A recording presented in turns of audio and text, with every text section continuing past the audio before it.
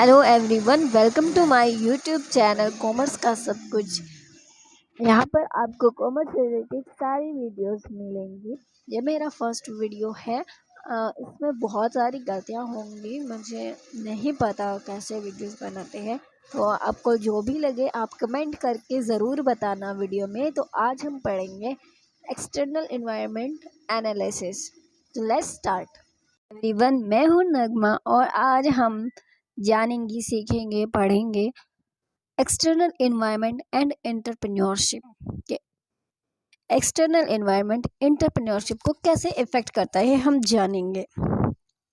तो ये कह रहा है, सबसे पहले चुनौतियों को स्वीकार करते हुए स्वयं रोजगार के लिए नए उद्यम विकसित करने की क्रिया को हम उद्यमिता कहते हैं। उद्यमिता किसे कहते हैं? चुनौतियों को स्वीकार करते हो, यानी कि रिस्क को स्वीकार करते हैं स्वयं रोजगार के लिए, अपने रोजगार के लिए नए उद्यम को, नए स्टार्टअप को स्टार्ट करने की क्रिया क्या होती है? हमारी उद्यमिता यानी एंटरप्रेन्योरशिप होती है। किसी देश के नियोजित एवं तीव्र आर्थिक विकास के लिए उद्यमिता का विकास आवश्यक है। किसी देश के नियोजित एवं तीव्र विकास की आर्थिक विकास के लिए, कि कोई भी देश है उसके आर्थिक विकास के लिए उद्यमिता का विकास जरूरी हो जाता है। उद्यमिता को विकसित करके ही गरीबी, बेरोजगारी, धन की विषमता, कम उत्पादकता, निम्न जीवन स्तर, प्रति व्यक्ति आय आदि से छुटकारा पाया जा सकता है तथा एक आदर्श औद्योगिक समाज की रचना की जा सकती है। संसाधनों के मामले में भारत एक धनी देश है, लेकिन यहाँ के निवासी निर्धन हैं। मतलब संसाधन तो हमारे पास बहुत सारे हैं, लेकिन यहाँ के जो निवासी है ज्यादातर वो निर्धन है। भारत के पास जितना कोयला, लोहा और मानवीय शक्ति है, उसके द्वारा ये चीन और पाकिस्तान के साथ मिलकर समस्त एशिया का नेतृत्व कर सकते हैं, पर ये निर्धन है। पढ़ते हैं एक्सटर्नल इन्वायरमेंट। एक्सटर्नल इन्वायरमेंट क्या होता है? व्यावसायिक पर्यावरण का एक ऐसा भी पक्ष है जो उद्यमी के नियंत्रण में नहीं है, जो बिजनेसमैन है, जो एंटरप्रेन्योर है, उसके कंट्रोल में नहीं है। पर्यावरण का एक ऐसा भी पक्ष है। ऐसे पर्यावरण को ही हम एक्सटर्नल यानी कि बाहरी पर्यावरण कहते हैं। मतलब कि बस उसका अंदर अंदर कंट्रोल चल सके, बाहर नहीं चल सकता, उसे हम बाहरी इन्वायरमेंट कहते हैं। इसे भी दो भागों में बांटा जाता है। अब जो ये हमारा बाहरी पर्यावरण है, इसको हम दो भागों में बांटते हैं। पहला micro environment of business and दूसरा मैक्रो इन्वायरमेंट ऑफ बिजनेस। अब माइक्रो इन्वायरमेंट को हम सबसे पहले देखते हैं। इसके अंतर्गत व्यावसायिक उद्यम के निकटतम वातावरण के उन सभी कारकों को शामिल किया जाता है जो ग्राहक की सेवा करने में इसकी योग्यता को प्रभावित करते हैं। मतलब कि ऐसे कारक, ऐसे घटक, ऐसे फैक्टर जो हैं तो बाहरी, मतलब बाहरी पर्यावरण के हैं, पर लेकिन बिजनेस के बहुत करीब हैं, उनको हम कहते हैं माइक्रो इन्वायरमेंट। जैसे कि कॉम्पिटिटर्स। अब कॉम्पिटिटर्स हैं, इन पे हमारा कंट्रोल नहीं होता, बट ये बहुत ही करीब से हमारे बिजनेस को इफेक्ट करते हैं। किसी भी व्यवसाय में अनेक फर्में अर्थात उत्पादन करने वाली इकाइयां होती हैं। ऐसी फर्मों के मध्य अनेक प्रकार की प्रतियोगिताएं होती हैं। बाजार की संरचना के अनुसार उद्योग में अनेक फर्में हो सकती हैं, या कुछ या सिर्फ एक। इनके द्वारा उत्पादन वस्तु की इकाइयां सभी एक समान हो सकती हैं। इनमें कुछ प्रोडक्ट डिफरेंशिएशन भी हो सकता है। विभिन्न स्थितियों में प्रतिस्पर्धा का रूप भिन्न भिन्न हो सकता है। तो ये जो कॉम्पिटिटर्स होते हैं, ये क्लोजली जो है हमारे बिजनेस को अफेक्ट करते हैं। इस तरह अनेक प्रकार की प्रतियोगिताओं का सामना व्यवसायिक उद्यमों को करना पड़ता है, जो किसी एक फर्म के नियंत्रण में है ही नहीं। दूसरा है कस्टमर। अब कस्टमर पे बिजनेस का कोई कंट्रोल थोड़ा ना है, लेकिन वो इफेक्ट करते हैं, तो इसलिए वो भी कस्टमर भी हैं हमारे माइक्रो इन्वायरमेंट के फैक्टर। व्यवसायिक उद्यम का उद्देश्य क्या होता है? लाभ अर्जित करना होता है। इसके लिए उसे उत्पादित वस्तु को बेचना होता है, और वो किसको बेचेगा? ग्राहकों को बेचेगा। अल्पाधिकारी फर्मों के अनेक उद्देश्यों में से एक उद्देश्य बिक्री को अधिकतम करना होता है। मतलब कि कुछ फर्में ऐसी होती हैं जिनका उद्देश्य, मेन उद्देश्य यही है कि अपनी बिक्री को बढ़ावें किसी तरह। व्यावसायिक उद्यम के ग्राहक अनेक तरह के होते हैं, जैसे कि थोक विक्रेता हो गए, खुदरा विक्रेता यानी कि होलसेल रिटेलर, या इन्वेस्टर, लोक संस्थाएं, विदेशी ग्राहक, कई तरह के हमारे कस्टमर भी। तो ग्राहक एक हो सकता है जैसे सरकार, या मतलब एक भी हो सके, अनेक भी हो सके। उद्यमी केवल ग्राहकों की संख्या बढ़ने पर ध्यान नहीं देता है, बल्कि इस बात की भी कोशिश करता है कि उद्यम के साथ स्थिर रूप से जुड़े रहें। मतलब जो ग्राहक होते हैं वो भी एक फैक्टर होते हैं, तो वो कोशिश करता है कि हमारी ज़्यादा से ज़्यादा सेल हो और बने रहें हमारे साथ। थर्ड वन है हमारा सप्लायर, यानी पूर्तिकर्ता। अब जो सप्लायर है वो भी बाहरी फैक्टर है, बट क्लोजली जो है हमारे बिजनेस को इफेक्ट करता है। व्यवसायिक उद्यमियों का कार्य है इनपुट को उत्पत्ति में बदलना, इनपुट को उत्पत्ति में बदलना। इसलिए ज़रूरी है कि उन्हें सभी प्रकार के इनपुट नियमित रूप से तथा उचित कीमतों पर प्राप्त होते रहते हैं। सप्लाई जो है उनको होती रहती है। इनपुट के पूर्तिकर्ता की लापरवाही पूर्ण अविचारित व्यवहार से बचने के लिए वर्टिकल इंटीग्रेशन की नीति अपनाई जाती है। तो सप्लायर हो गया हमारा, तीन हो गए हमारे competitors, customer, supplier, and the next one is हमारा है पब्लिक। पब्लिक भी एक बाहरी फैक्टर है और क्लोजली इफेक्ट करता है हमारे बिजनेस को। तो ये है हमारा माइक्रो। तो पब्लिक या जनता से तात्पर्य वैसे ग्रुप है जिसे उद्यमी की सफलता में अपना हित दिखता है या जिसके कार्यों का प्रभाव उद्यम की कार्यवाहियों पर पड़ता है। जाहिर सी बात है, पब्लिक में हमारा बिजनेस है, हमारा व्यवसाय है, तो पब्लिक भी इफेक्ट करती है हमारे बिजनेस को। फिर आ जाता है हमारे को ऐसे मध्यस्थों की ज़रूरत होती है जो इसके द्वारा उत्पादित वस्तु को बेचने में मदद करें, उनको सही बाजार उपलब्ध कराएं। तो ये हमारे मार्केटिंग चैनल्स होते हैं, ये हमारे एजेंट हो सकते हैं, व्यापारी हो सकते हैं, मध्यस्थ हो सकते हैं। तो इसके लिए विज्ञापन भी हम कर सकते हैं। तो कुछ लेके कैसे मानते हैं कि व्यष्टि पर्यावरण को निर्धारित करने वाले कारक ऐसे हैं जिन पर उद्यम का कमोबेश नियंत्रण हो सकता है, मतलब कि थोड़ा बहुत नियंत्रण हो सकता है माइक्रो पे, क्योंकि ये बहुत ही क्लोज होते हैं बिजनेस के। इसलिए वे इन कारकों की चर्चा बाह्य पर्यावरण से अलग रूप में करने तथा व्यवसायिक पर्यावरण को प्रभावित करने वाले कारकों को आंतरिक तथा बाह्य में विभाजित न करने, वोटेवर। अब आ जाता है हमारा मैक्रो इन्वायरमेंट। इस पर्यावरण में उन कारकों को मिलाया जाता है जो किसी एक व्यवसाय के नियंत्रण में बिल्कुल भी नहीं होते। तो जो हमने माइक्रो पढ़े थे वो थोड़े बहुत फिर भी हम उन पर कंट्रोल करते हैं, पर थोड़ा बहुत, ज़्यादा नहीं, वे भी बाहरी ही हैं। तो अब आ जाता है मैक्रो, जो बिल्कुल ही सारे के सारे पूरे के पूरे हमारे कंट्रोल से बाहर होते हैं। ये दो प्रकार के होते हैं हमारे, इकोनॉमिक और नॉन इकोनॉमिक। अब जो इकोनॉमिक है हमारे, उनमें है हमारा जनसंख्या संबंधी पर्यावरण।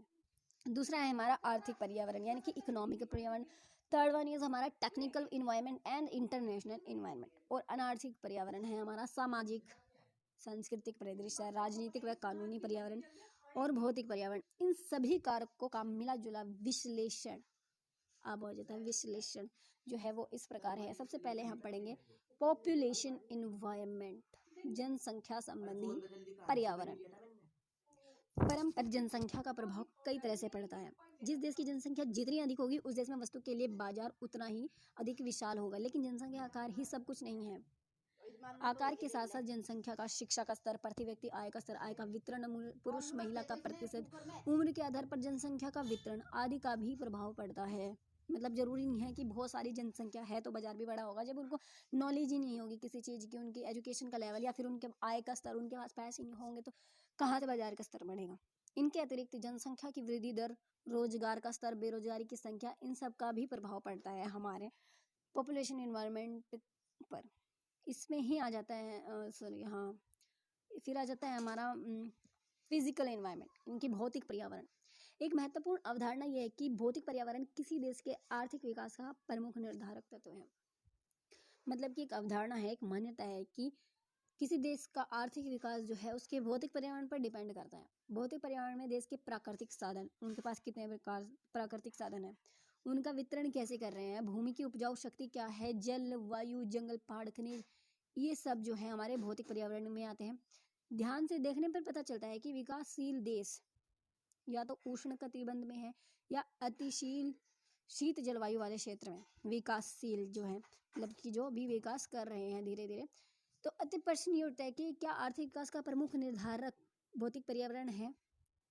ऐसा कहना सही नहीं होगा कि भौतिक पर्यावरण ही व्यवसाय के विकास के लिए सब कुछ नहीं है। भौतिक पर्यावरण के साथ साथ पूंजी की पूर्ति की स्थिति, कुशल श्रमिक, टेक्नोलॉजिकल मतलब ये सभी भी जो है वो महत्वपूर्ण है इक्वली। ठीक है, मतलब कि पहली लाइन में इन्होंने कहा था ना कि आर्थिक विकास के लिए सबसे इम्पोर्टेंट तो फिजिकल इन्वायरमेंट है, तो सिर्फ यही नहीं है, और भी बहुत सारे हैं। फिर आ जाता है हमारा आर्थिक पर्यावरण। व्यवसायिक उद्यम मुख्य रूप से एक आर्थिक संगठन है, बिल्कुल है ये, इसलिए इसका विकास अंततः आर्थिक वातावरण पर निर्भर करता है। अब ये यूँ कह रहा है इस पॉइंट में कि एक आर्थिक संगठन है तो इसका आर्थिक वातावरण पर ही इसका विकास निर्भर करता है। अनुकूल आर्थिक पर्यावरण मददगार सिद्ध होता है मतलब जब अनुकूल हो यानी कि फेवर में हो तो जाहिर सी बात है मदद ही करेगा, जब फेवर में है तो। और जब प्रतिकूल हो तो विकास को कुंठित कर देता है, यानी मुश्किल कर देता है। अर्थात पर्यावरण के प्रमुख अंग कृषि नीति, औद्योगिक नीति, वित्तीय नीति, व्यापार नीति, मौद्रिक राजकोषीय नीति, आर्थिक संरचना, बचत एवं निवेश नीति, सरकार की आर्थिक भूमिका, सार्वजनिक औद्योगिक कुशलता, सरकारी नियंत्रण, प्रतिस्पर्धा की स्थिति, विदेशी पूंजी तथा निवेश संबंधी नीति, ये सब है।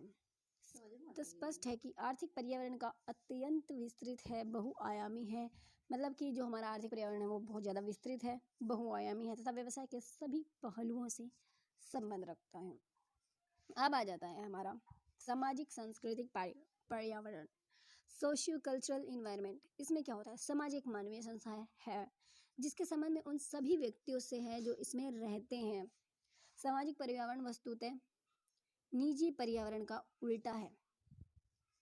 जो निजी पर्यावरण है उसका उल्टा है। सांस्कृतिक पर्यावरण में सामाजिक पर्यावरण में समा जाता है। सामाजिक शब्द का दायरा इतना बड़ा है कि इसमें परिवार, जाति, ग्रामीण, आधुनिक, बुद्धिजीवी, आर्थिक, राजनीतिक, धार्मिक, शैक्षणिक, सांस्कृतिक एवं कल्याण सबका समावेश हो जाता है। संस्कृति का संबंध रीति रिवाज, खान पान आदि से है। सामाजिक तथा सांस्कृतिक वातावरण आर्थिक विकास को प्रभावित करता है। अब आ जाता है हमारा नेक्स्ट, राजनीतिक व कानूनी पर्यावरण। व्यवसाय तथा राजनीतिक सह कानूनी पर्यावरण में घना संबंध है। इन्होंने राजनीतिक और कानूनी दोनों एक साथ ही बता दिए कि इन दोनों में गहरा संबंध है, रिलेशन है। राजनीति एक कानूनी पर्यावरण समाज के आर्थिक एवं सामाजिक लक्ष्यों, विचारधाराओं तथा मूल्य के आधार पर निर्मित होती है। मतलब जो राजनीतिक एवं कानूनी पर्यावरण है उसमें क्या क्या आ जाता है, आर्थिक और सामाजिक लक्ष्य, विचारधाराएं, इन सभी मूल्यों पर निर्मित होती है। एक कल्याणकारी राज्य में उपभोक्ताओं, बेरोजगार लोगों, निर्धनों, अवकाश प्राप्त कर्मचारियों तथा बूढ़े लोगों के हितों की रक्षा के लिए कदम उठाया जाता है। कल्याणकारी राज्य में इन कदमों का प्रभाव व्यवसाय की उद्यम की संरचना तथा वृद्धि पर पड़ सकता है। उद्यमों को सरकार द्वारा पारित नियमों तथा अधिनियमों की सीमा के अंदर ही क्रियाएं करनी पड़ती है। मतलब इफेक्ट करता है पूरी तरह से ये। यदि ऐसे नियम अधिनियम उद्यमों के विकास के हित में है तो उन्हें प्रोत्साहित करते हैं। मतलब अगर उनके फेवर में है तो उनको प्रमोट करेंगे तो व्यवसाय पर इनका अच्छा प्रभाव पड़ेगा, और अगर उनके उलट हैं तो बुरा प्रभाव पड़ेगा। तो ये हमारा राजनीतिक एवं कानूनी पर्यावरण। यहाँ पर ये कह रहा है, ऑर्थर लेविस कह रहा है कि सरकार का व्यवहार आर्थिक क्रियाओं के प्रोत्साहन एवं हतोत्साहन में एक बहुत महत्वपूर्ण भूमिका अदा करता है। सरकार का जो व्यवहार है वो आर्थिक क्रियाओं के प्रोत्साहन करने में, हतोत्साहन करने में एक बहुत महत्वपूर्ण भूमिका निभाता है। राजनीतिक तथा कानून के अंतर्गत ही सरकार तथा उसका व्यवहार आ जाता है, इसलिए सरकार को बुद्धिमत्ता से कार्य करना जरूरी हो जाता है। लेविस को एक बार फिर उद्धृत करते हुए कहा जा सकता है, कोई भी राष्ट्र समझदार सरकार के सकारात्मक एवं रचनात्मक प्रेरणा के बिना आर्थिक विकास नहीं कर सकता। मतलब कि इन्होंने लास्ट में कहा कि कोई भी राष्ट्र है वो अगर सरकार उनकी समझदार और सकारात्मक एवं रचनात्मक नहीं है तो उनका बिजनेस में आर्थिक विकास नहीं हो सकता।